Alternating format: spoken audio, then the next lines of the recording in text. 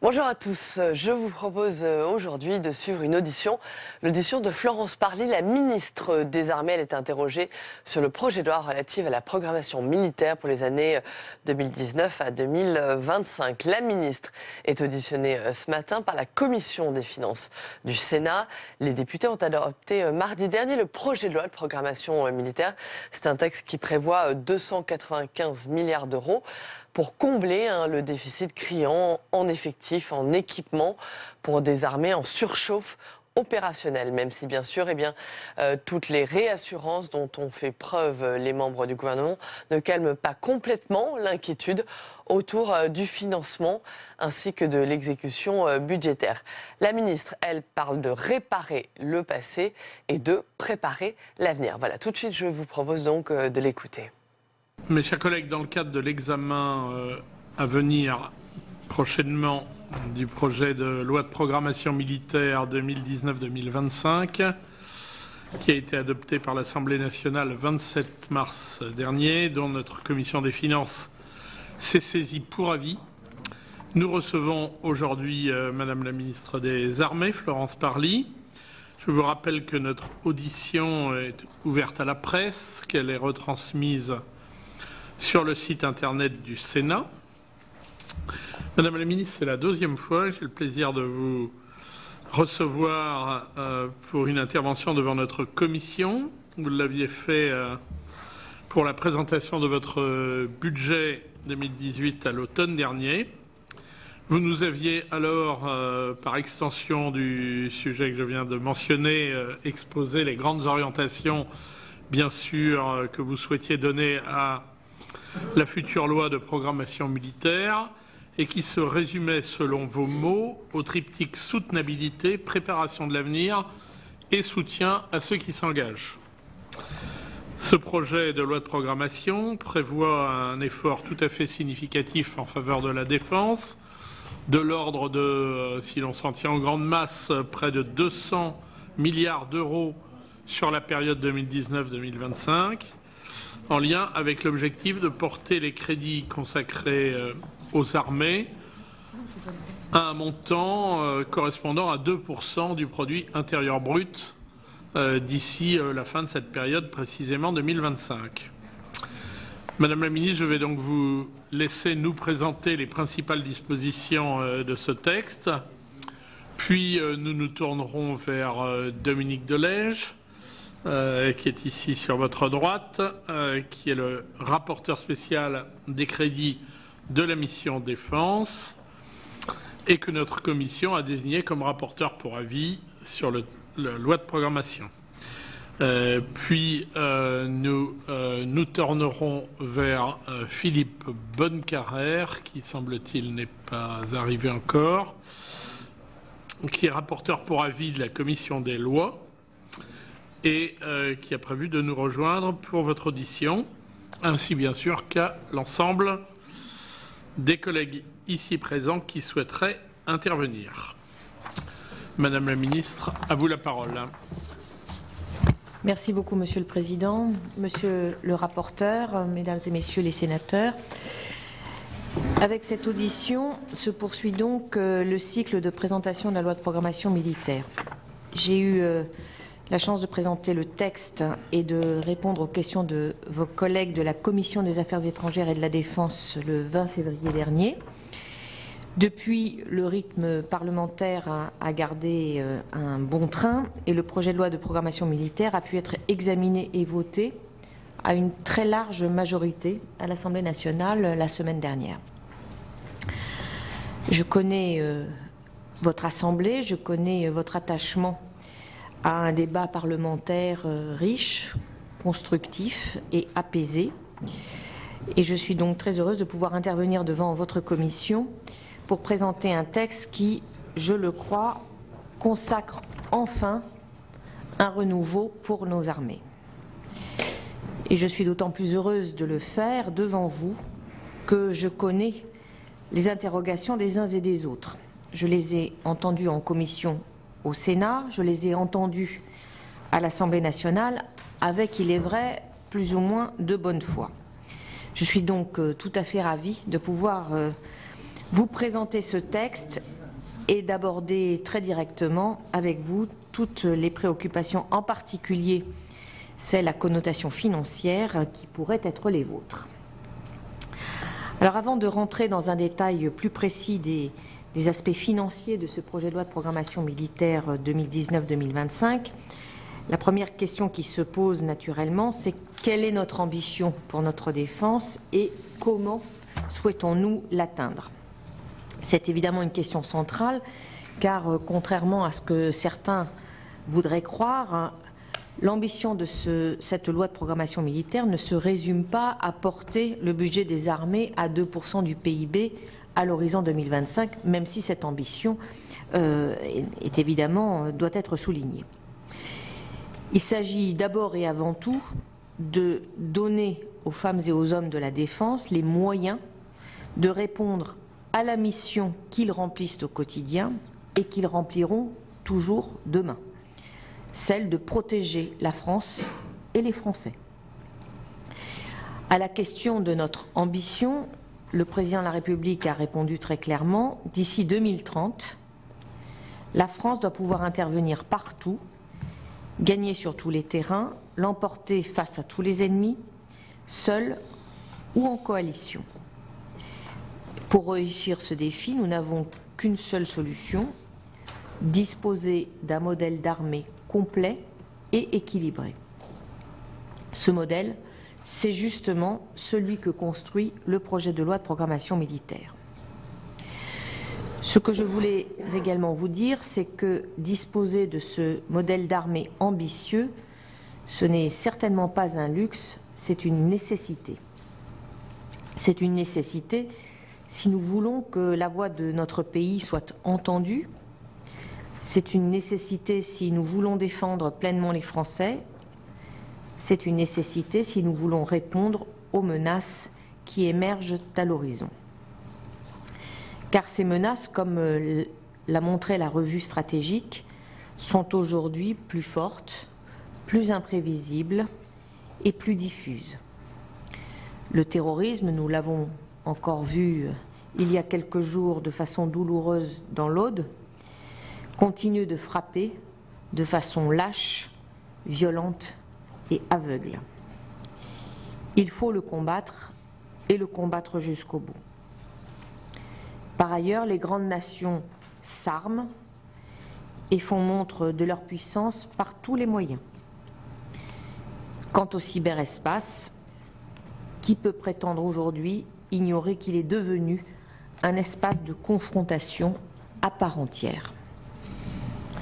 Pour répondre à ces défis, j'ai donc le privilège de présenter devant vous un texte qui reflète une ambition structurée autour de 4 axes, un texte qui est le premier jalon de notre ambition pour les armées à l'horizon 2030, tel que défini par le président de la République. Le premier axe, et j'y tiens tout particulièrement, consiste à placer la loi de programmation militaire à hauteur d'homme. Alors qu'est-ce que cela signifie? D'abord, avec 6 000 recrutements supplémentaires prévus, le projet de LPM 2019-2025 inverse résolument la tendance baissière des effectifs de ces 10 dernières années. Ensuite, c'est une loi de programmation qui se concentre sur le quotidien de nos soldats, quand les précédentes lois de programmation s'étaient focalisées sur les gros équipements. Avec 23 000 nouveaux treillis ignifugés qui seront livrés dès 2019, ainsi que 25 000 gilets pare-balles dernier standard, des casques supplémentaires et des tenues NRBC qui seront également livrés dès 2019, c'est donc un effort majeur qui est mené en faveur de ces petits équipements qui font le quotidien de nos militaires. C'est un effort d'autant plus important que ces petits équipements ont toujours été les premiers sacrifiés lorsqu'il fallait faire des coupes. Ce projet de loi de programmation militaire prolonge enfin le plan famille et accorde de nouveaux droits comme la possibilité de devenir conseiller municipal tout en restant en activité militaire, et ceci dans certaines villes. Le deuxième axe de ce projet de loi de programmation militaire consiste en un renouvellement majeur de nos capacités opérationnelles. Ce renouvellement n'était pas une option, c'était un impératif absolu. Le constat est en effet sans appel, des équipements vieillissants, parfois devenus inadaptés, des impasses capacitaires qui font planer des dangers sur nos forces et sur notre supériorité opérationnelle. Nous devions donc combler les carences du passé tout en gardant résolument l'œil rivé vers l'avenir. C'est donc à la fois une loi de programmation qui répare et qui prépare que j'ai l'honneur de défendre au Parlement et devant votre haute assemblée. Aucune des trois armées n'a été oubliée et chacune verra ses moyens profondément renouvelés au cours des prochaines années.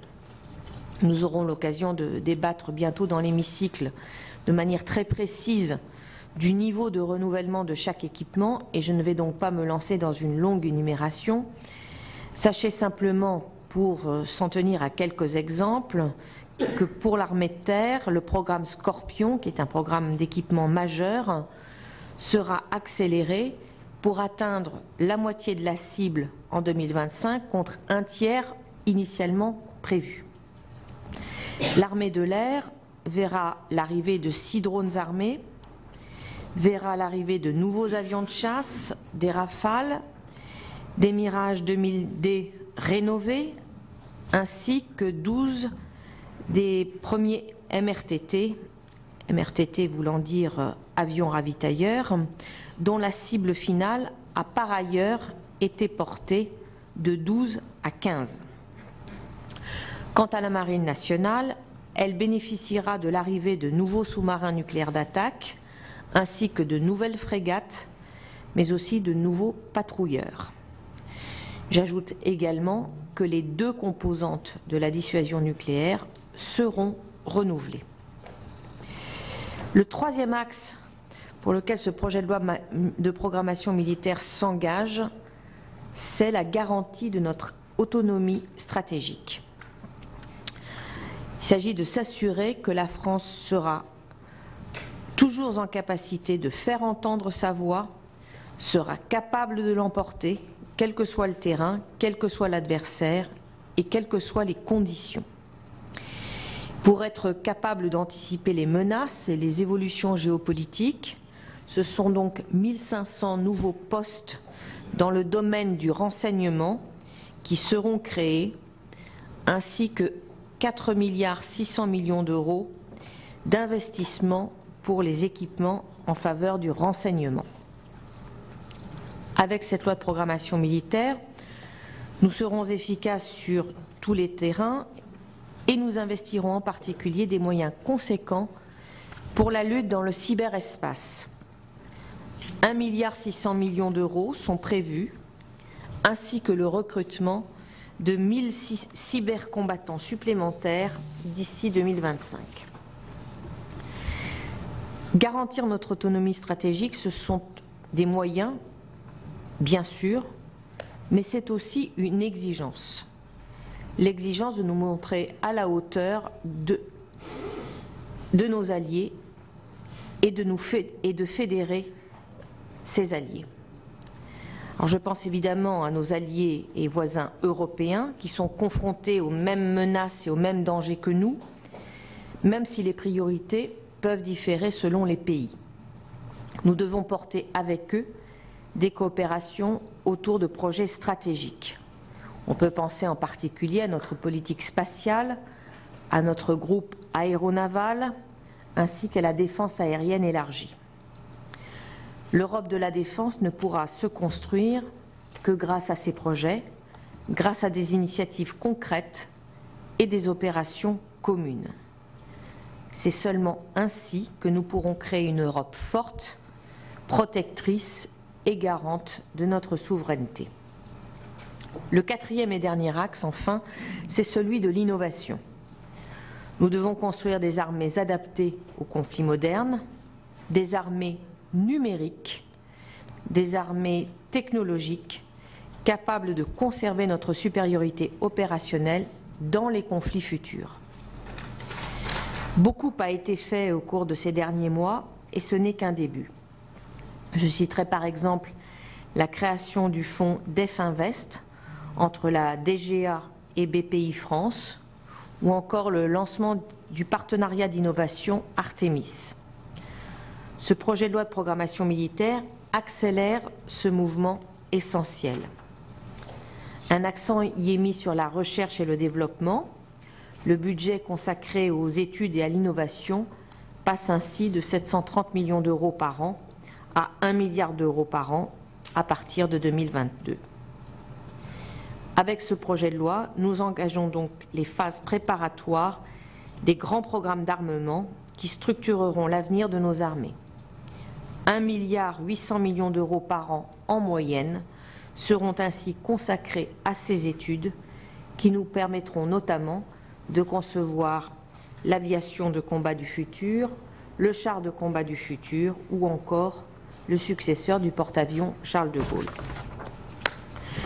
Je voulais dire aussi et enfin que ce projet de loi est un texte de responsabilité. La Nation consent à accorder des moyens exceptionnels à nos armées. Il nous faut donc nous montrer à la hauteur et garantir que chaque euro investi sera un euro bien employé. Le ministère des Armées continuera donc sa modernisation, mais il existe une différence fondamentale avec les chantiers de modernisation du passé. En effet, dans les précédentes lois de programmation, nous faisions face à une modernisation sous contrainte. Cette année, c'est une modernisation choisie, voulue. 14 chantiers ont été inscrits dans le plan d'action publique 2022. Ils ont été lancés pour transformer et moderniser le ministère des Armées. Je viens donc de vous présenter les fondements politiques de ce projet de loi de programmation militaire. Et évidemment, ces fondements politiques ne sont rien sans des moyens à la hauteur. Et pour parler de ces moyens, j'aimerais mettre fin à un certain nombre de craintes, voire de fantasmes, qui sont parfois véhiculés depuis des mois concernant le budget de nos armées. D'abord, je voudrais vous le dire très clairement, la fin de gestion 2017 offre des bases solides, tout comme l'augmentation conséquente du budget 2018 de la Défense. Il n'y a pas de demi-mesure, pas de cadavre, si je puis dire, dans le placard, et pas de trompe-l'œil. Il y a seulement des moyens exceptionnels qui correspondent aux besoins de nos armées, qui ont été trop souvent, par le passé, une variable d'ajustement du budget de l'État. Un exemple criant, près de 60 000 effectifs en moins entre 2005 et 2015, alors que ceux de la fonction publique d'État augmentaient. Sur la gestion 2017, et contrairement aux habitudes prises par toutes les nouvelles majorités, nous n'avons procédé à aucune annulation de programme. Aucun programme n'a été interrompu. Bien au contraire, nous avons tenu tous les engagements de la précédente majorité, y compris ceux qui n'étaient pas financés. Comme vous pouvez le voir, je l'espère, sur le graphique qui est en face de vous, sur la partie gauche, si l'on tient compte des annulations, vous ne voyez rien. Je vais essayer de vous le décrire alors. Donc, à gauche, le premier plot à 32 milliards d'euros correspond à la loi de finances initiale. Merci, ça sera mieux comme ça pour moi aussi. Ensuite, deuxième plot correspond au report des années précédentes pour 700 millions, j'arrondis. Le troisième plot correspond aux ouvertures, décrets d'avance et loi de finances rectificative pour 950 millions. En rouge, les 850 millions d'euros d'annulation intervenus à l'été. Le petit pavé rouge à côté correspond au report sur 2018, c'est 38 millions d'euros. Donc au total, la somme de ces plots bleus et de ces des plots rouges est égale à 33 milliards 200 millions. Et si l'on regarde maintenant la dernière barre jaune à droite, qui correspond à la loi de finances initiale majorée des besoins de financement additionnels pour les OPEX et les missions intérieures, celui-ci s'élève à 33 milliards 4. Donc 33 milliards 4 moins 33 milliards 2 qui correspond au montant de la barre bleue qui est juste à côté, cela fait une différence de 228 millions d'euros et cette différence de 228 millions d'euros correspond au reste à charge de la mission défense. Autrement dit, non seulement la loi de finances exécutée est supérieure à la loi de finances initiale votée, 33 milliards 200 millions versus 32 milliards 400 millions, c'est-à-dire 750 millions d'euros de plus, mais par ailleurs, le ministère n'a pas contribué à hauteur de 850 millions d'euros, comme je l'entends parfois, au surcoût OPEX. Ce tableau a été établi par la Cour des comptes et il montre très clairement que la contribution du ministère au surcoût des OPEX et des missions intérieures s'élève à 228 millions d'euros, ce qui correspond à la juste part du ministère dans la solidarité interministérielle, ni plus ni moins. Si la gestion 2017 permet de partir, comme vous le voyez, sur des bases saines, il en va de même, et c'est la partie droite de ce même tableau, pour le budget 2018. Le Parlement a en effet voté une augmentation de 1 milliard 800 millions d'euros du budget de la défense, que j'espère vous voyez un peu mieux que le graphe précédent. Donc vous voyez en base la LPM initiale 2018, 31 milliards 800 millions, la LPM telle qu'elle a été actualisée, 32 milliards 800 millions. Vous retrouvez les mesures décidées en Conseil de défense en avril 2016 qui n'étaient pas financées et qui portent donc à 33 milliards 8 le besoin. Ensuite, les mesures qui elles non plus n'étaient pas financées en faveur de la condition du personnel plus le plan famille qui a été annoncé à l'automne pour 200 millions d'euros. La hausse de la provision pour OPEX qui a été portée de 450 à 650 millions d'euros, soit 200 millions d'euros de plus. Et enfin, un paquet protection que j'avais présenté à l'automne pour 200 millions d'euros, soit au total une loi de finances initiale à 34 milliards 400 millions.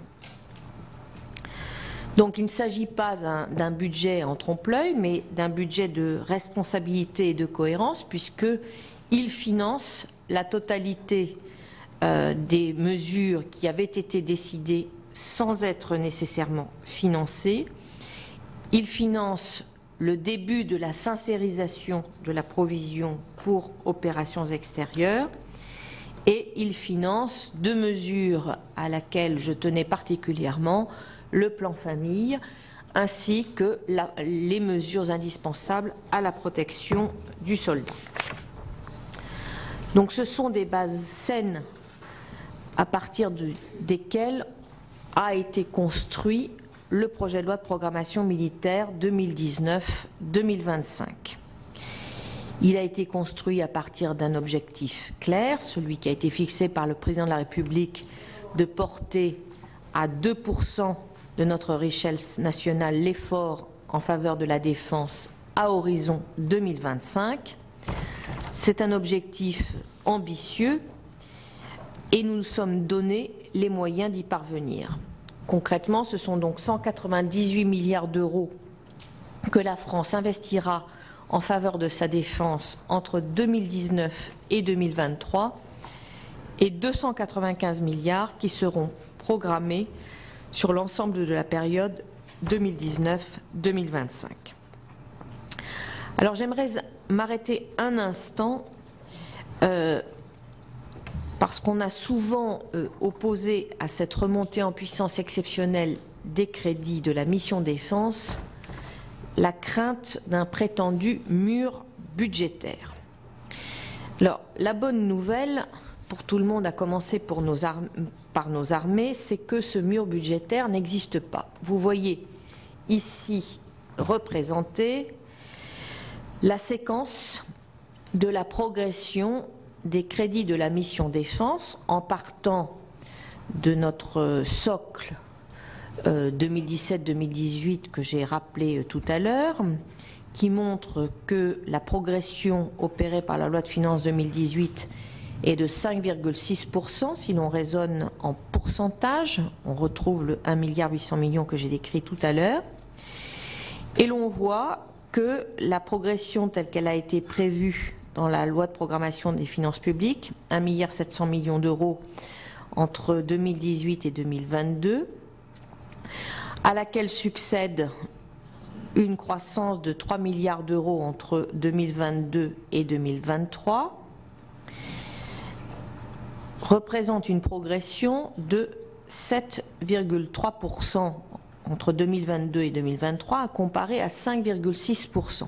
Autrement dit, lorsqu'on regarde cette séquence, on voit que la progression est presque constante, ou en tout cas comparable sur l'ensemble de la période, et entre la marge d'escalier de 3 milliards d'euros entre 2022 et 2023 et celle de 1,8 milliard entre 2017 et 2018, l'écart en points de pourcentage est de 1,7 points, donc c'est une différence en effet, mais on ne peut pas parler de mur budgétaire, me semble-t-il.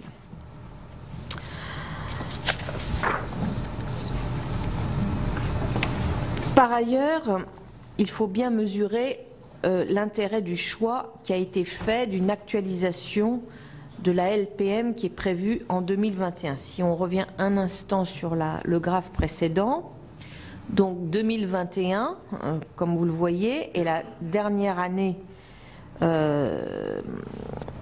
pendant laquelle cette majorité, le chef de l'État, seront en situation de prendre un certain nombre de décisions. Et donc prévoir cette actualisation en 2021, c'est la prévoir, si je puis dire, au moment le plus pertinent. Alors imaginons un instant que le budget de la France croisse plus vite que prévu. Dans ces cas-là, nous n'avons pas l'intention de priver les armées de moyens supplémentaires. Par ailleurs, l'actualisation qui est prévue à l'article 6 est un bon moyen de surveiller l'exécution de la loi de programmation militaire sur les premières années, d'en corriger les variations et de tenir compte des derniers indices macroéconomiques qui seront disponibles pour tracer le chemin qui restera à parcourir au titre des années 2024 et 2025. Alors, lorsqu'on parle de l'objectif de 2%, j'entends souvent un autre argument ou une autre critique sur le poids des pensions qui serait flou dans le texte de loi. Je mets flou entre guillemets. Or, je pense qu'il n'a échappé à personne que nous utilisons pour cette loi de programmation militaire les mêmes standards que pour toutes les lois précédentes. La LPM est en effet présentée en milliards d'euros courants hors pension, et si on affiche le graphique suivant, On voit que pour calculer le pourcentage de l'effort de défense, nous partons du budget des armées hors pension, on y ajoute les pensions. Je prends l'exemple de 2018, donc nous avons un budget à 34,4 milliards d'euros. Pensions comprises, il s'élève à 42,8 milliards d'euros. Et c'est ce 42,8 milliards d'euros qui est rapporté au PIB et qui fait apparaître qu'en 2018, notre ratio pour l'effort de défense est de 1,82% du PIB à comparer à 1,79% en 2017. Et nous faisons cela conformément au périmètre tel qu'il a été déterminé par l'OTAN. C'est donc à partir de ces chiffres et uniquement à partir de ces chiffres que nous avons présenté la progression de l'effort en faveur de notre défense pour la période 2019-2023 qui donc nous permettra d'atteindre en 2023 1,91% avec pour objectif d'atteindre le 2% en 2025. Donc nous n'avons évidemment pas changé de thermomètre et nous continuons de mesurer cet effort de défense en fonction des mêmes critères que d'habitude. Ensuite, je sais qu'il existe une crainte concernant le financement du service national universel. Et la première chose que je veux vous dire, c'est que ce service national verra le jour et je suis tout à fait convaincue qu'il constituera une opportunité extraordinaire pour toute une jeunesse qui va ainsi se connaître et se comprendre. Ensuite, je veux rassurer tout le monde, le président de la République l'a dit, il l'a répété, le service national universel aura un financement ad hoc, et ceci hors du cadre de la loi de programmation militaire. C'est un engagement du chef de l'État, c'est un engagement qui est également inscrit dans le texte du projet de loi que je vous présente, car il est bien indiqué à l'article 3 que les moyens prévus dans la loi de programmation militaire le sont à périmètre constant de la mission défense. Nous avons donc l'engagement constant du président de la République et le marbre de la loi. Je veux donc rassurer tout le monde, le budget qui sera consacré au service national universel ne viendra pas ponctionner d'une quelconque manière le budget de nos armées prévu dans cette loi de programmation militaire. Ce que je voulais également noter devant vous, c'est que ce projet de loi de programmation militaire accomplit un effort majeur de sincérisation. Les hypothèses budgétaires sont en effet solides, fiables et sincères. Tout d'abord, cette loi de programmation militaire se fonde sur des crédits budgétaires fermes. Il n'y a donc pas de pari sur des ressources exceptionnelles, pas de prévision par définition aléatoire sur des recettes issues de cessions, que des crédits budgétaires fermes. Ce qui ne veut pas dire que le ministère ne bénéficiera pas de recettes exceptionnelles au cours de cette LPM. Ces produits viendront s'ajouter à la trajectoire de ressources qui est inscrite dans la LPM 2019-2025. Au total, ces recettes exceptionnelles, si et quand elles se réaliseront, nous permettront de faire mieux, plus vite, sans pour autant constituer un risque dans la programmation de nos dépenses. Ce qui me conduit à dire un mot du report de charge. L'amélioration ou la dégradation du report de charge est d'abord et avant tout un indicateur. C'est un indicateur de l'adéquation entre les ressources prévues et les dépenses programmées.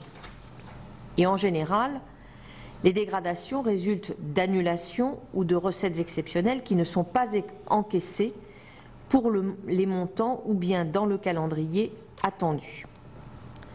Ainsi, avec une LPM qui intègre 100% de ressources budgétaires, aucune recette exceptionnelle, nous anticipons que le report de charge sera mieux maîtrisé. Pour autant, la notion de report de charge zéro n'existe pas. il y a toujours des factures qui arrivent trop tard pour être payées, même si on a le budget pour le faire, ou bien qui sont incomplètes. Il existe donc ce qu'on appelle un report de charges structurel et incompressible. Ce report de charges structurel, avec Bercy, nous l'avons estimé à 10% des crédits hors masse salariale du ministère. Et c'est la raison pour laquelle nous nous sommes fixés comme objectif de réduire progressivement le report de charges du ministère à 10% à fin 2015, à comparer à la prévision à fin 2019 qui se situe à 16%. Il faut néanmoins bien noter qu'en valeur absolue, notre report de charges structurel et incompressible augmentera mécaniquement parce que notre budget augmente, tout simplement. Fin 2025, il sera probablement autour de 3,7 milliards, ce qui représente environ 10% des crédits hors masse salariale que nous anticipons à cet horizon. Au cours de cette LPM, nous baisserons le poids du report de charges dans le budget du ministère. C'est pour nous un engagement de bonne gestion. Il y a un dernier point, et non des moindres, que je voudrais évoquer avec vous, car on m'interroge souvent sur l'augmentation de la provision des OPEX, qui serait autant de moyens en moins pour nos armées. Cet argument a quelque chose d'un peu surprenant, car ce sont les mêmes qui disaient hier que la provision était trop faible et les budgets insincères qui, aujourd'hui, disent que la provision va devenir trop forte et empêcher le renouvellement de notre outil de défense. Là encore, je crois qu'un graphique vaut mieux qu'un long discours. Vous le voyez peut-être demain avec la loi de programmation militaire, la provision OPEX qui correspond donc au petit trait jaune juste au-dessus du socle vert qui est le budget 2017, qui est donc la provision inscrite en loi de finances initiale. En orange, juste au-dessus, ce que vous voyez, c'est la hausse de cette provision qui est intervenue en gestion 2017. Il faut raccourcir. Bon, alors, bon, enfin bref, l'objectif est de vous montrer que le total du jaune et du orange a représenté en 2017 1,5 milliard et que, au fur et à mesure de la période, vous voyez que le total représentera 1,1 milliard d'euros et que ce 1,1 milliard d'euros représentera 2,5% du total du budget des armées, alors que précédemment, dans la précédente loi de programmation militaire, la provision pour OPEX représentait 2%. Donc autrement dit, le fait de porter à 1,1 milliard d'euros cette provision ne constitue pas une forte ponction sur le budget des armées. En revanche, cela constitue un élément de sincérisation très important. Enfin, pour terminer, je voudrais indiquer que cette loi de programmation comporte un renforcement des pouvoirs de contrôle du Parlement sur l'exécution de la LPM. Cette évolution a été proposée par le président de la Commission de la Défense nationale de l'Assemblée, avec l'assentiment des membres de la Commission. Il me semble que c'était bienvenu afin que vous puissiez surveiller et apprécier parfaitement l'exécution de cette prochaine loi de programmation. C'est une marque de confiance entre nous, c'est un gage de transparence et je compte sur vous pour signaler tout dérapage ou tout engagement qui ne serait pas respecté. Mais je suis très confiante. Cette loi de programmation est construite pour pouvoir être appliquée et pour atteindre ses objectifs. Je pense, Monsieur le Président, qu'il est temps d'arrêter mon exposé afin de me tenir à la bonne disposition des sénateurs et des sénatrices pour répondre à vos questions. Merci beaucoup, Madame la Ministre. En effet, nous nous tournons vers Dominique Delège, rapporteur sur ces questions. Dominique, à toi la parole. Merci Monsieur le Président, merci Madame la Ministre, merci de venir devant la Commission des Finances du Sénat et je crois que tous mes collègues sont sensibles au fait que vous ne réserviez pas vos interventions à la seule Commission de la Défense et des Affaires étrangères, même si nous entretenons les meilleures relations avec nos collègues qui y siègent. Et merci à nos collègues qui ce matin, je ne dirais pas ont fait l'effort, parce que c'est sûrement un plaisir, mais ont su vaincre les difficultés pour rejoindre Paris. Alors, peut-être quelques commentaires très rapides avant de poser les questions. Et bien évidemment, des aspects positifs. Quand on regarde les chiffres, on ne peut pas dire qu'il n'y a pas un effort de fait. J'y reviendrai tout à l'heure. Ici, à la Commission des Finances, nous sommes également sensibles à la sincérisation. Ce terme est épouvantable, mais la réalité est intéressante. Donc, à ce caractère plus sincère du budget, je pense notamment aux OPEX. Je pense à la suppression des recettes exceptionnelles.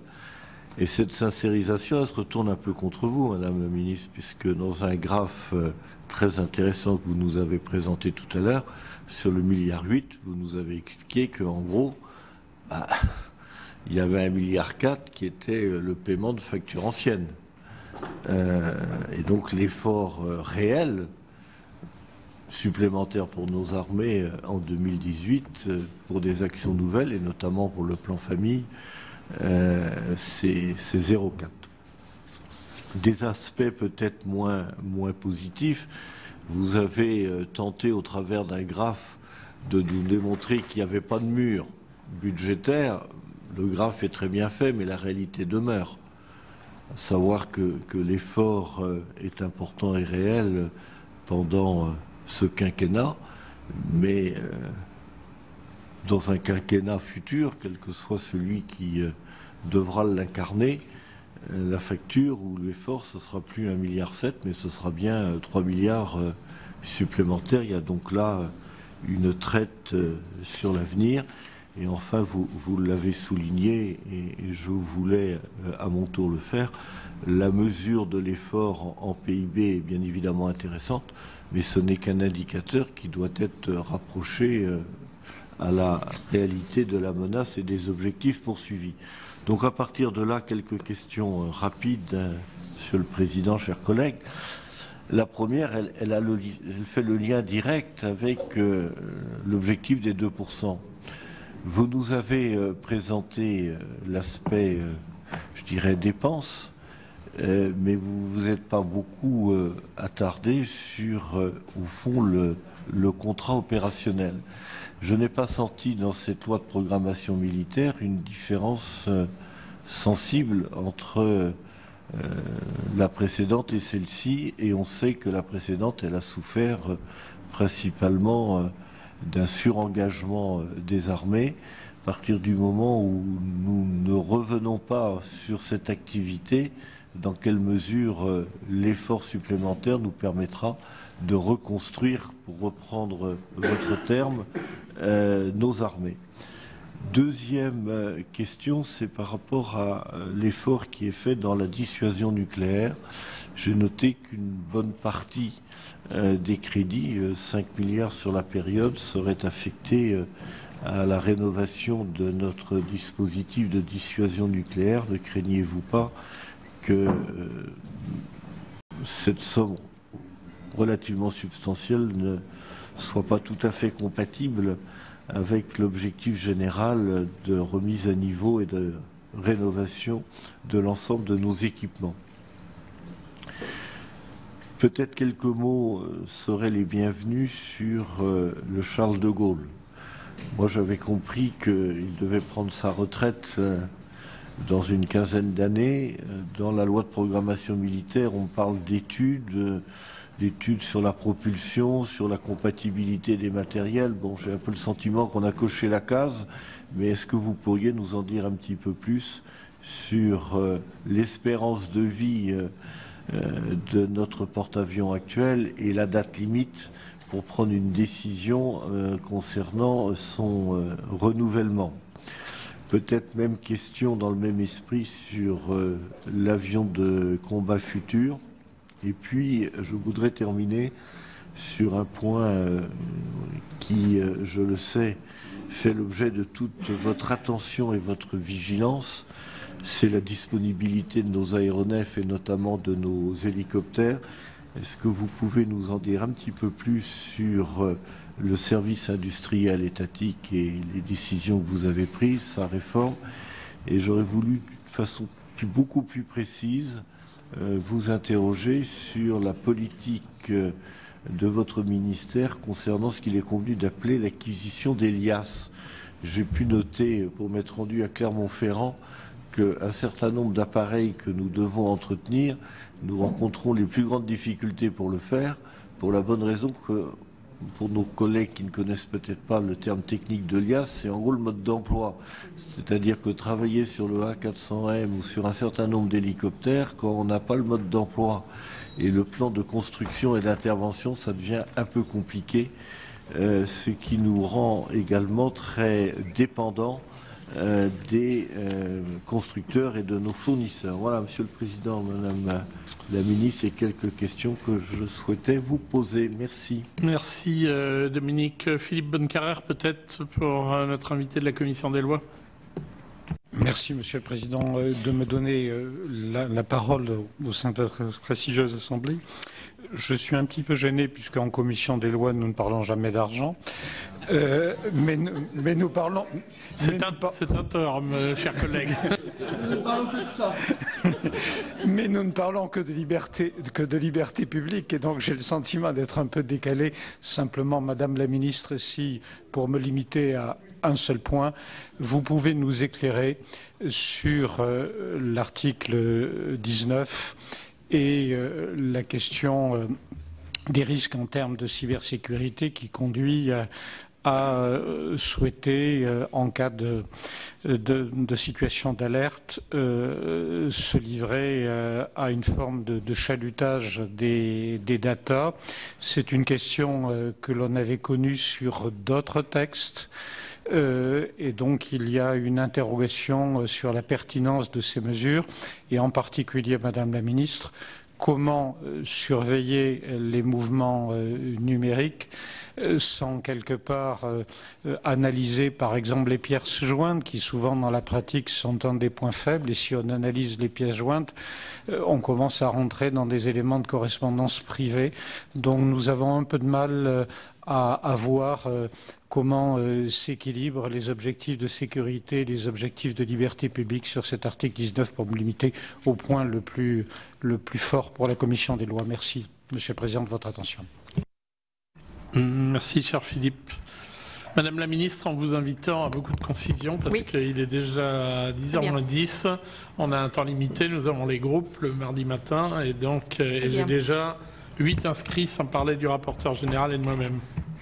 Alors, sur les contrats opérationnels et la suractivité, la suractivité, je n'y reviens pas, elle a été de l'ordre de 30% par rapport à ce qui était prévu dans la loi de programmation précédente, et elle a eu pour effet de pénaliser la régénération des matériels et de créer une surchauffe en termes d'utilisation des personnels.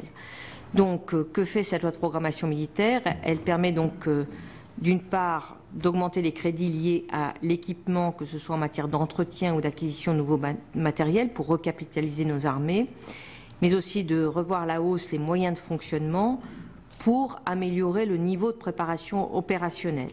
Enfin, comme je l'ai dit tout à l'heure, la LPM à hauteur d'homme permet de rendre plus soutenable un haut niveau d'engagement. Je pense aux mesures qui ont été prises et qui seront déployées pendant toute la durée de la loi de programmation en faveur du cadre de vie des familles, mais aussi le cadre d'entraînement de nos militaires, puisqu'un effort sera fait également sur les infrastructures. Vous savez également que l'arrivée à maturité de la force opérationnelle terrestre va donner à l'armée de terre une capacité à mieux concilier l'ensemble de ses missions. Et enfin, pour terminer, nous avons annoncé avec Gérard Collomb un autre mode d'utilisation du dispositif Sentinelle qui est destiné à avoir un fonctionnement plus efficace et dans un contexte où nous savons que Sentinelle a vocation à être une mission durable pour nos forces. Sur la deuxième question qui porte sur la dissuasion. Alors, la dissuasion représente un coût total de 37 milliards tout compris. Dans ces 37 milliards, la rénovation des deux composantes représente 25 milliards d'euros. Si l'on veut bien considérer le graphe que vous avez eu la gentillesse de qualifier de bien fait, qui montre la progression des moyens sur la période 2019-2023, on voit en réalité que, comme le budget progresse, les moyens consacrés à la dissuasion nucléaire, et en particulier au renouvellement des deux composantes, représentent une part constante du budget de la défense, qui sur la période représente environ 12,5%, ce qui est un niveau à peu près comparable à la situation actuelle, qui est plutôt de 12%. Donc on voit qu'il n'y a pas, autrement dit, d'effet d'éviction lié au renouvellement des deux composantes aéroportées et océaniques de la dissuasion nucléaire, pour la simple raison que le budget des armées a vocation à progresser fortement sur la période. Troisième question concernant le porte-avions. Celui-ci a vocation à être retiré du service à horizon 2040, mais son remplacement doit évidemment d'ores et déjà être préparé. C'est la raison pour laquelle les crédits relatifs aux études sont prévus dans cette loi de programmation. Ce qui est certain, c'est qu'aucune décision n'a été prise concernant l'éventualité d'un deuxième porte-avions. Ces études devront déterminer quel est le nouveau type de porte-avions dont nous avons besoin. Est-ce que son système de propulsion sera nucléaire ou pas? Quels seront les systèmes de combat aérien qui seront intégrés? Quelles seront les nouvelles technologies, en particulier dans le domaine des catapultes, qui seront choisies? Bref, le calendrier de réalisation et le nombre de navires envisagés n'ont pas vocation à être décidés dans le cadre de cette loi de programmation militaire, mais seront déterminés à son issue. Donc toutes les portes restent ouvertes à ce stade, et c'est la caractéristique de cette loi de programmation militaire, c'est de prévoir les moyens de décider des choix futurs. Il en va de même sur le système de combat aérien du futur, puisque la LPM posera les fondations de ce système qui devrait renouveler nos capacités à l'horizon 2030-2040. Donc ce système de combat aérien du futur, il faut le comprendre comme étant un système de systèmes qui associe des avions, des drones, des systèmes de commandement qui seront connectés et interopérables. Dans le projet de programmation militaire, nous avons provisionné des études à hauteur de 1,6 milliard d'euros, en faisant l'hypothèse que ce programme fera l'objet de coopération européenne. La feuille de route concernant ce système de combat aérien du futur est attendue pour l'été 2018. Et nous avons identifié l'année 2021 comme étant une année importante en termes de choix d'architecture du système de combat aérien du futur. Donc c'est un enjeu majeur pour notre défense, et c'est un enjeu majeur pour la construction de l'Europe de la défense. Vous savez que c'est un des domaines qui a été identifié pour faire avancer la coopération franco-allemande. Vous m'avez interrogé sur le maintien en condition opérationnelle aéronautique et sur un point très particulier qui est l'acquisition des modes d'emploi des avions. Je voudrais dire d'un mot que le maintien en condition opérationnelle aéronautique est très insatisfaisant, puisque moins d'un avion sur deux est en état de voler. et c'est la raison pour laquelle j'ai lancé une réforme ambitieuse de ce MCO aéronautique. La préfiguration d'une direction de la maintenance aéronautique est en cours. Elle verra le jour au cours de ce mois d'avril. Pour ce qui concerne l'acquisition des modes d'emploi, il est évident que c'est tout à fait majeur. L'alias est un enjeu d'amélioration de cette disponibilité des matériels. Nous sommes en train de travailler à son optimisation. Il est vrai que je n'ai pas d'éléments particuliers s'agissant de ces modes d'emploi. Je sais néanmoins qu'ils ne sont pas tous disponibles et nous allons donc travailler à ce que cette situation cesse. Une dernière question concernant, et non des moins importantes, concerne l'article 19. Cet article 19, il part d'un constat. Un constat qui montre que l'augmentation de la menace dans le domaine cyber est très forte. Un constat selon lequel la vulnérabilité de notre territoire est importante. C'est notamment ce qu'on appelle le lieu de dernier rebond pour les attaquants cyber, c'est-à-dire les attaquants qui cherchent à perturber le mode de fonctionnement de nos services et de nos réseaux de communication Internet. Et le dernier élément du constat, c'est la forte porosité de ces réseaux par rapport à la criminalité organisée et par rapport au terrorisme, puisque les terroristes utilisent également ces réseaux d'Internet pour tenter de perturber le bon fonctionnement de ces réseaux. Donc, le gouvernement a choisi de renforcer la lutte informatique défensive, dont l'ANSSI est le pivot, et le ComCyber pour ce qui concerne les systèmes d'information de la défense. Alors, nous avons fait le choix d'utiliser deux mécanismes. Le premier consiste à demander aux opérateurs de mettre en œuvre des mécanismes de détection des perturbations qui interviennent sur les réseaux. Et le deuxième élément, c'est de mettre sous tutelle de façon temporaire un serveur qui aurait été compromis par une action cyber. Alors, est-ce que c'est le bon équilibre en termes de liberté publique ? Il me semble que oui, puisque les opérateurs sont soumis à une obligation de destruction des données qui ne sont pas nécessaires à la cyberdéfense, et d'autre part, les durées de conservation de ces données sont encadrées pour ce qui concerne les autres.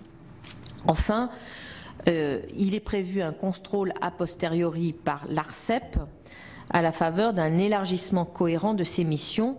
La CNCTR n'était pas le bon organe car on n'est pas ici dans le champ du renseignement technique.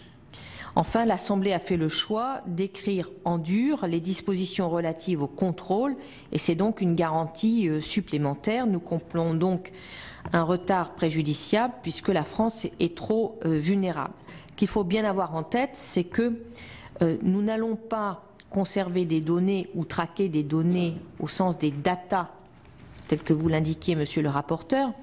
Nous traquons les perturbations, c'est-à-dire les virus qui sont instillés dans nos systèmes d'information et nos réseaux de communication.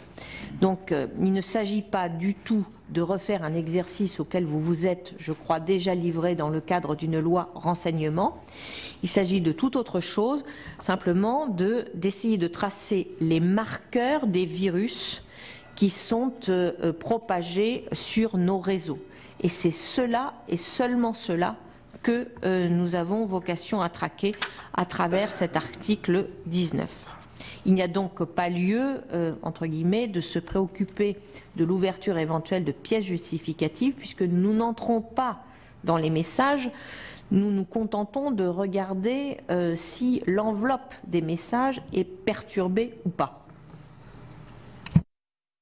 Merci Madame la Ministre. Je vais maintenant me tourner vers le rapporteur général, Albéric de Montgolfier, qui a certainement des questions. Et ensuite, j'ai un grand nombre d'inscrits, donc je vous demande comme l'a fait bref. Merci Madame la Ministre. Bon, comme l'a fait Dominique Delège, je voudrais souligner l'effort budgétaire et puis également l'effort d'aller vers une meilleure sincérité, notamment sur les OPEX. J'ai deux questions. Alors, la première, c'est, et de manière générale, tout ça est financé d'une part par la croissance et d'autre part par un programme d'économie qui porte un nom, c'est Action publique 2022.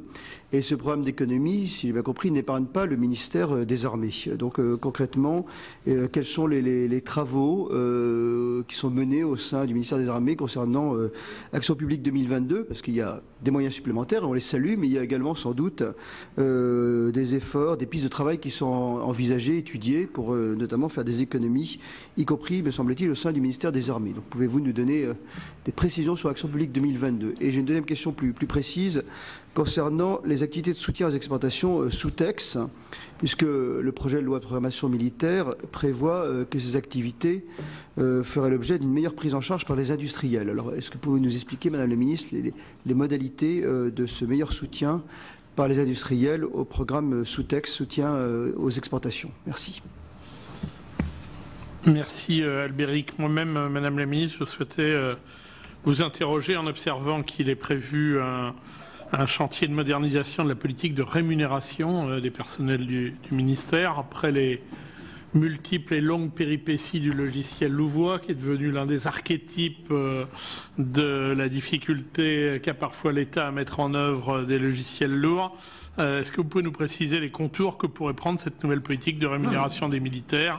Qu'est-ce qu'il faut entendre par là? Quelles sont les intentions? Je vais peut-être prendre quelques questions également de nos premiers collègues, Vincent Capo-Canelas, puis Jérôme Bacher. Oui, merci Monsieur le Président. Madame la Ministre, je vais être rapide. Vous avez employé une très jolie formule tout à l'heure en parlant d'efforts majeurs de sincérisation, s'agissant, je crois, des crédits OPEX. Et vous avez repris cette belle formule s'agissant de la présentation globale de la LPM. Alors moi, je voudrais à rebours vous demander en quoi il y a quelle est la part de frustration, parce que on reprochait au précédent gouvernement, certes, l'insuffisance des crédits, mais aussi l'absence de choix. Or là, on entend clairement qu'il y a un effort de sincérisation, que c'est clair, une mise au clair, et pour autant, pour que ça soit vraiment crédible, ça suppose qu'on voit bien en face quels sont les choix qui ont été faits, et notamment ce qui ne sera pas fait, ce qui sera décalé, pour rendre l'ensemble véritablement crédible. Parce que on voit que vous embrassez beaucoup d'objectifs. Voilà. Y a-t-il suffisamment de choix? Première question. Deuxième question, sur l'Europe de la défense. Vous avez abordé la perspective. Où est-ce qu'on en est de l'initiative européenne d'intervention? Et quels espoirs vous avez dans le Fonds européen de défense pour rendre tout cela crédible? Merci. Merci Vincent Capo-Canelas, Jérôme Bacher, puis Claude Rénal. Oui, Monsieur le Président, Madame la Ministre, vous avez annoncé la création d'une agence pour l'innovation située au sein de votre ministère. Pouvez-vous nous en dire un peu plus sur sa situation? Est-ce qu'elle est auprès de la DGA? Comment ça fonctionne? Et d'autre part, il y a un lourd chapitre effectivement consacré à la cyberdéfense. J'avais compris il y a à peu près un an, lorsque votre prédécesseur était venu fêter les 20 ans de la DRM, qu'il y avait un objectif d'intelligence campus sur le site de Creil. Je comprends que celui-ci est maintenant compromis. Est-ce que vous avez un autre projet comme la cyberdéfense sur ce site? Merci Jean Bacher. Claude Rénal. Oui, Madame la Ministre, merci d'abord de votre exposé, très clair. Je dirais que sur la question de défense, moi je fais toute confiance à notre collègue Delège pour poser les bonnes questions, donc je n'en rajouterai pas. Non, chaque année je le dis. Et donc, en tout cas, je souscris à beaucoup de ces questions et j'ai entendu vos réponses. Une des questions qu'il avait posées d'ailleurs et sur laquelle évidemment il est compliqué de donner une réponse en tant que telle, c'est effectivement le lien, pour moi en tout cas qui connaît moins bien la question de défense, le lien finalement entre les objectifs et le budget. La question c'est qu'est-ce qu'effectivement on peut faire avec ces budgets-là, qu'est-ce qu'on ne peut pas faire, et là-dessus, on peut dire que la loi de programmation militaire est un peu courte. Bien, j'ai une remarque et une question.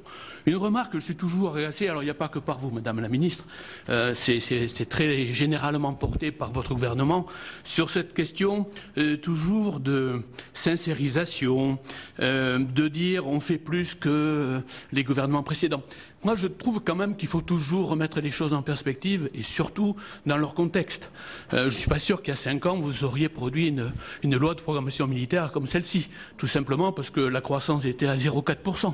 Donc je crois qu'il faut rappeler un peu les choses. Il y a aujourd'hui une croissance à 2% ou 1,9% qui permet d'améliorer tous les budgets. Lorsqu'on a, comme votre prédécesseur Le Drian, qui doit d'ailleurs apprécier l'idée que vous sincérisiez ces comptes, évidemment, l'idée d'avoir des recettes exceptionnelles en plus et qu'elles soient utiles au budget, bon, ben, écoutez, c'est comme ça, quand il n'y a pas de budget ailleurs, on essaye de trouver des moyens. Donc, autre époque, autre loi de programmation militaire, et on peut espérer simplement que celle-là, effectivement, sera au bout du compte, complètement, comment dire, ira au bout.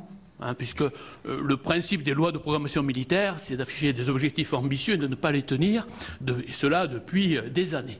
Donc nous verrons bien en ce qui concerne celle-ci. Alors une question sur un sujet qui me tient très à cœur, qui est la question finalement que vous avez évoquée, de la question du spatial. Et vous avez indiqué à un moment donné que dans les relations avec les alliés notamment, et au niveau européen, la question spatiale était une des questions importantes. La cybersécurité et le spatial, c'est pas sans lien non plus, bien entendu. Et je pense que quand on regarde la façon dont en particulier l'industrie spatiale américaine, mais pas uniquement américaine, chinoise également, etc., finalement travaille en lien avec la défense et le budget de la défense, on voit qu'il y a une très grande utilité, nécessité d'avoir un budget de la défense sur le spatial extrêmement fort pour qu'ensuite le spatial puisse développer des activités civiles importantes. Et donc c'est une question, j'aurais souhaité que vous nous parliez un peu plus de cette vision du spatial et du lien entre la défense et le spatial. Merci mon cher Claude. Madame la Ministre, on va vous laisser répondre à ces 5 questionnements et puis on a une nouvelle série de 5 ensuite. Alors, effectivement, le programme Action publique 2022 concerne le ministère des Armées. J'ai dit tout à l'heure que nous avions un chantier de transformation qui, contrairement aux périodes précédentes, n'est pas un chantier subi, mais un chantier choisi. Il n'est pas subi, puisque il n'a pas vocation à générer des baisses d'effectifs à hauteur de 60 000, comme cela a été le cas au cours des 10 dernières années.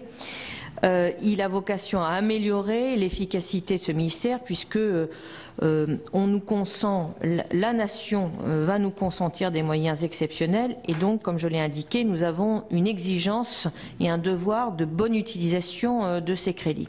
Ce qui veut dire que dans les 14 chantiers de modernisation que j'ai décrits, il y en a quelques-uns qui recoupent très largement les chantiers sur lesquels travaille le comité Action publique 2022. J'en cite quelques-uns. La réforme de la politique d'acquisition de la DGA, qui est un chantier que nous avons choisi et que le comité Action publique 2022 a retenu. La réforme du MCO aéronautique que j'ai mentionné très rapidement tout à l'heure, qui là aussi est un chantier que nous avons choisi et que le comité a retenu. Et il y a un dernier point sur lequel le ministère a déjà travaillé avec des mises en œuvre qui sont intervenues, ce sont les externalisations. Pour ma part, j'ai indiqué que je n'étais pas favorable à des externalisations systématiques, ce qui n'exclut pas de procéder à un certain nombre d'externalisations lorsque celles-ci permettront à la fois d'améliorer la qualité du service rendu et d'en réduire les coûts.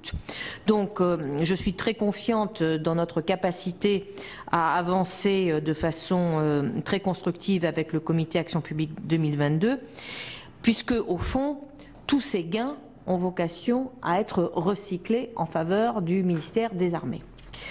En ce qui concerne le sous-texte, le soutien aux exportations, L'objectif est de poursuivre dans la voie de la prise en charge financière des coûts du soutien à l'exportation par les industriels, mais ce dispositif pêchait jusqu'à présent dans la mesure où il nécessitait la mobilisation d'un nombre important de personnel du ministère, notamment de l'armée de l'air.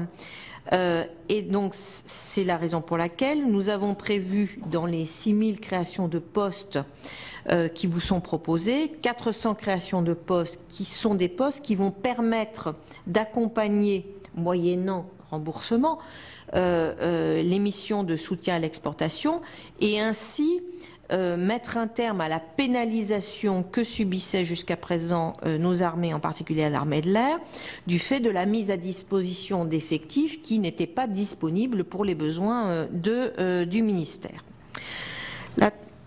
Autre question concernant la nouvelle politique de rémunération des militaires que nous avons l'intention de mettre en œuvre. D'abord, elle a été initiée en novembre 2016. Elle sera progressivement déployée à partir de 2021. Elle porte sur 5 thèmes principaux, à la fois indiciaires et indemnitaires, destinés à prendre en compte les sujétions et obligations du militaire, tenir compte des nécessités d'un parcours professionnel spécifique, des activités spécifiques de ce milieu, des qualifications et des compétences et d'un certain nombre de sujets liés au levier de gestion. Des premières mesures seront présentées à l'automne 2018. Elles concerneront les praticiens du service de santé des armées et les ingénieurs de l'armement. Elles seront poursuivies au profit en particulier des militaires du rang et des sous-officiers. En termes d'enveloppe, c'est une enveloppe budgétaire de 480 millions qui est réservée au sein de la loi de programmation militaire. Et ces 480 millions ne prennent pas en compte certains sujets tels que l'éventuelle fiscalisation de l'ICM qui, si elle devait intervenir, représenterait une centaine de millions supplémentaires. Autre question concernant les frustrations et les choix. Forcément, faire des choix suppose de hiérarchiser ces choix. Je n'ai pas le sentiment que, s'agissant des OPEX, nous soyons conduits à une grande frustration, puisque cette provision d'1,1 milliard, elle correspond à une vision plus proche de ce que sont le coût des opérations extérieures. Je rappelle qu'en 2017, les opérations extérieures ont représenté 1,3 milliard d'euros. Donc avec 1,1 milliard d'euros, nous sommes nettement plus près de la réalité, auquel il faut ajouter bien sûr les missions intérieures. Donc je pense que c'est un bon compromis entre une provision plus proche du niveau réel, sans pour autant que cela se traduise par une ponction sur les moyens totaux des armées.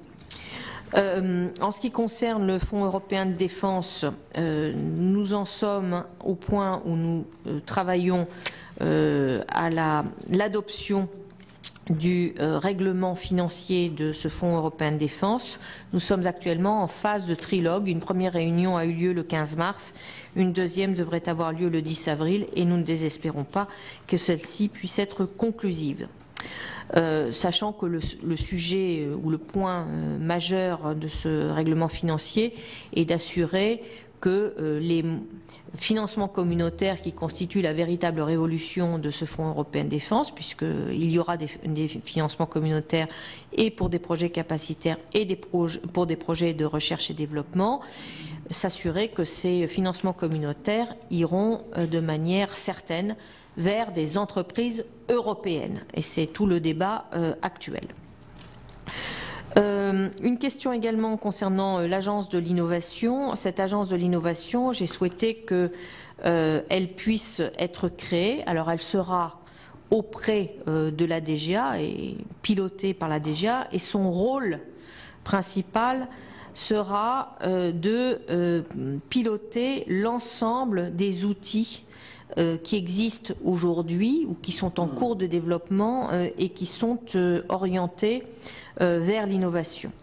Cette innovation, elle peut être technologique, elle peut être d'usage et elle a besoin de s'ouvrir à un écosystème beaucoup plus multiple que ne l'est aujourd'hui l'écosystème d'innovation de la DGA, qui a l'habitude, et c'est très bien ainsi, de travailler avec de très grands groupes qui eux-mêmes travaillent avec des PME. Mais nous savons que l'innovation en matière civile recèle des potentialités très importantes, y compris pour répondre aux besoins du ministère des Armées. Et c'est donc cette innovation civile que nous souhaitons aussi également capter, si je puis dire. Et cette innovation civile, elle est développée beaucoup dans des PME, mais aussi des start-up. Et donc c'est cet écosystème large dont nous avons besoin. Et cette agence de l'innovation permettra également d'assurer cette ouverture au-delà de tous les dispositifs que vous connaissez certainement d'innovation et de soutien de l'innovation duale à travers le programme Rapide, mais il en existe beaucoup d'autres que malheureusement le temps ne me permet pas d'écrire, et donc je le ferai ultérieurement si l'occasion m'en est donnée.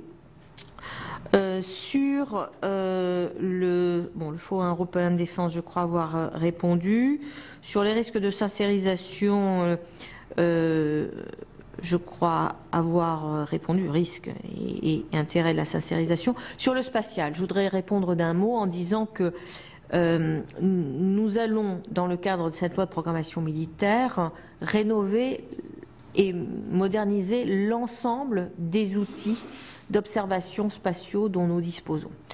Donc nous avons, je crois, 5 programmes qui sont qu'il est prévu de rénover, que je ne vais peut-être pas citer tous parce que je risque d'en oublier, mais ce qui signifie que la totalité des moyens d'observation seront totalement modernisés au cours de cette LPM, ce qui est un effort tout à fait considérable, vous en conviendrez. J'espère avoir répondu à tout, je ne suis pas complètement certaine. Je repasse en revue, donc espace, innovation. On va reprendre.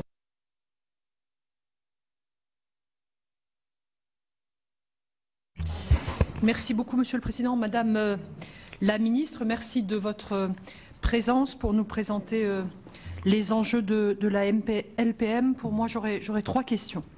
Depuis plusieurs années, le programme Sentinelle consomme des moyens humains considérables. J'ai pu voir des graphiques établis et il semblerait notamment que cette mobilisation se fasse au détriment des temps de préparation et d'entraînement des équipes pour pouvoir intervenir sur le terrain. Considérez-vous que les moyens budgétaires, mais surtout humains, sont suffisants pour, désormais nous le savons, assurer sur le long terme la couverture des besoins de Sentinelle? Deuxième question qui est liée au fait que j'ai eu la chance d'accompagner le président Larcher lors d'un déplacement au Tchad et au Niger et de rencontrer les acteurs de l'opération Barkhane que vous connaissez parfaitement. D'abord, je voudrais dire que c'est vraiment impressionnant et ils venaient de perdre 2 spies du régiment de spies de Valence. Enfin, c'est des hommes et des femmes très incroyablement engagés dans des conditions physiques très difficiles. Et à ce propos, nous avons été tous très impressionnés par l'efficacité des drones dans la surveillance dans des territoires où les déplacements se font à vitesse extrêmement lente, dans des zones désertiques où il n'y a pas de route, et s'il y a des routes, elles sont en général minées. Donc, est-ce que vous pouvez peut-être nous préciser votre volonté, puisque la France a tardé à s'équiper dans le domaine des drones? Troisième question, c'est l'Europe de la défense. Je voudrais évoquer ici la brigade franco-allemande qui est opérationnelle depuis 20 ans au moins. L'Eurocorps, qui est basé à Strasbourg, qui a 20 ans aussi. Voilà des unités déjà opérationnelles qui portent d'ailleurs, pour l'Eurocorps, j'en suis certaine, déjà des mandats. Je crois que c'était au Congo de l'Union européenne. Est-ce que vous pouvez nous donner votre vision sur les développements de ces deux outils, quel rôle pourraient-ils jouer dans une Europe de la défense renforcée? Je vous remercie. Merci à Fabienne Keller, Antoine Lefebvre, puis Sébastien Meurant. Merci Monsieur le Président. Madame la Ministre, j'avais levé la main pour poser une question sur le service national universel, puisque je m'étonnais de ne pas voir les crédits. Vous nous avez, j'allais dire, informé et plutôt rassuré sur le fait que le service national n'imputera pas les crédits de la loi de programmation militaire. Pour autant, beaucoup d'interrogations demeurent. Vous avez rappelé l'engagement fort du président de la République sur la mise en place de ce service national universel. Il y a eu plusieurs rapports, ici même au Sénat, à l'Assemblée nationale, et également un rapport du Premier ministre sur ce sujet. On a depuis quelques mois eu une impression de cacophonie justement sur les financements, donc j'ai bien compris qu'il était peut-être un peu prématuré de nous en dire davantage sur le financement que vous avez indiqué qu'il serait un financement ad hoc, mais je me permettais à l'occasion de cette loi de programmation militaire de rattacher ce sujet qui aura de toute façon des conséquences financières importantes pour les finances publiques. Merci Antoine Lefebvre. Sébastien Meurant, puis Michel Canevette. Monsieur le Président, merci. Madame la Ministre, merci pour votre présence parmi nous. Il y a 90 ans, l'Europe signait un pacte de paix éternelle, le pacte Briand-Kellogg's.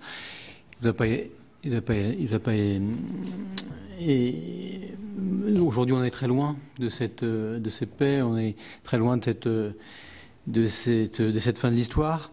Donc vous avez employé des mots très forts, moyens exceptionnels, différences fondamentales par rapport à ce qui se faisait avant. Vous avez employé des mots comme nécessité plusieurs fois quand vous avez démarré votre intervention, bien sûr. Vous êtes le régalien par excellence, le ministère de la Défense. Et moi, c'est vrai que dans ces présentations, on voit effectivement que le point d'inflexion a été atteint l'année dernière et que les crédits remontent. C'est une bonne chose, évidemment, eu égard à la menace et au niveau de menace qui change et qui augmente.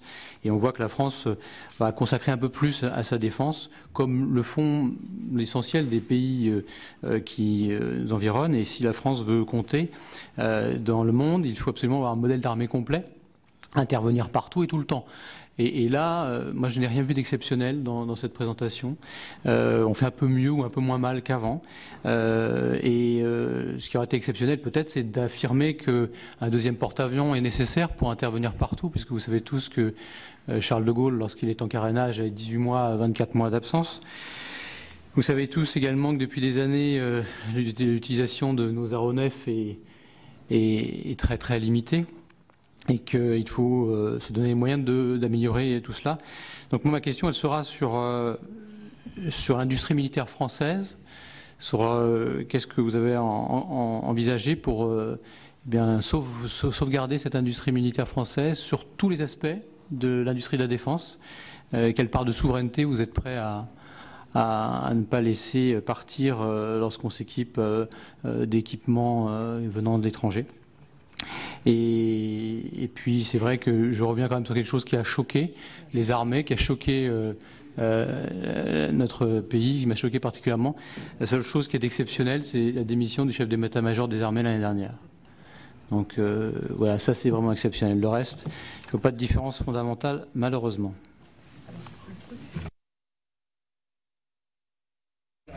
Merci, Monsieur le Président, Madame la Ministre. Je voudrais moi aussi saluer l'ambition budgétaire de cette loi de programmation militaire en espérant que les perspectives économiques de notre pays puissent permettre d'obtenir le financement. Je voulais plus spécifiquement évoquer l'article 19 sur la cyberdéfense, me réjouir d'une part que l'article 20 du projet de loi ait été supprimé dans le cadre du premier examen parlementaire, donc le recours à l'ordonnance.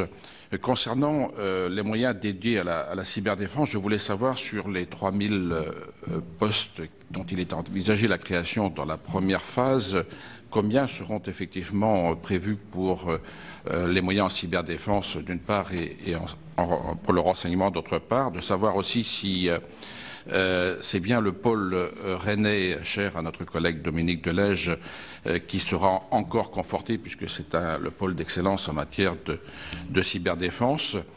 Et puis, Madame la Ministre, je voulais aussi savoir sur les questions relatives à l'ANSSI et à l'ARCEP, si dans le cadre de cette loi de programmation militaire, est-ce qu'il y a des moyens qui sont prévus pour accompagner les besoins en personnel suite aux missions nouvelles qui leur seront dévolues? Est-ce que quelque chose a été prévu dans la LPM ou le renforcement des moyens de ces institutions devra-t-il se faire par ailleurs?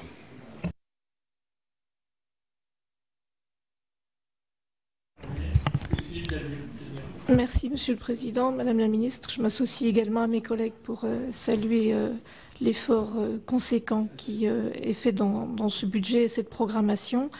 Vous nous avez présenté le budget des armées, pensions comprises, en tout cas la programmation jusqu'en 2023.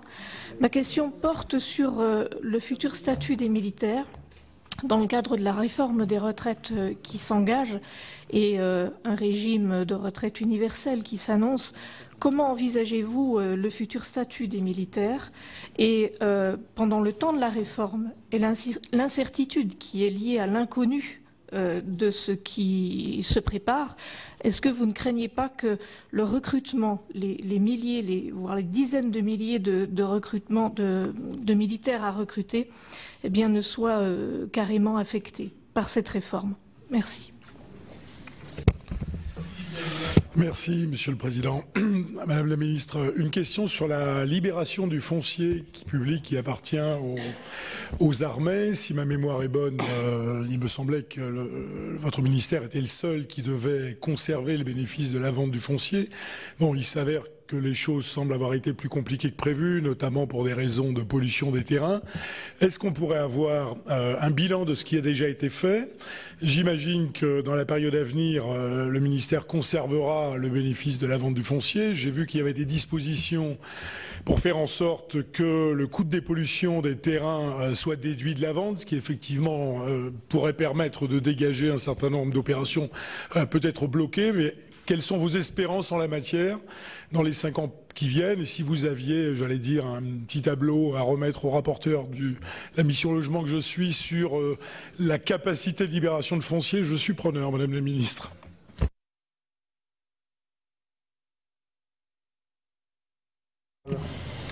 Merci. Alors je commence d'abord par la question que j'avais oubliée dans la salve précédente sur Intelligence Campus. Donc ce projet sera poursuivi, mais il sera poursuivi en lien avec l'Agence de l'innovation. Donc il est réorienté pour tenir compte de la création de l'Agence de l'innovation. Alors, quelques questions sur les moyens concernant Sentinelle. La montée en puissance de Sentinelle a été réalisée à partir de 2015 de façon extrêmement, comment dire, volontariste. Donc aujourd'hui, cette montée en puissance est réalisée. Il y a donc 77 000 hommes et femmes au sein de la force opérationnelle terrestre. Ce niveau nous paraît adéquat pour permettre de faire face aux missions de Sentinelle telles qu'elles ont été fixées. Et comme je l'ai rappelé tout à l'heure, nous avons infléchi le mode opératoire de Sentinelle pour pouvoir être à la fois plus efficace tout en maintenant à l'identique le nombre de personnes qui sont mobilisées au sein de Sentinelle, c'est-à-dire 7 000 hommes pouvant monter à 10 000 sur instruction du Président de la République.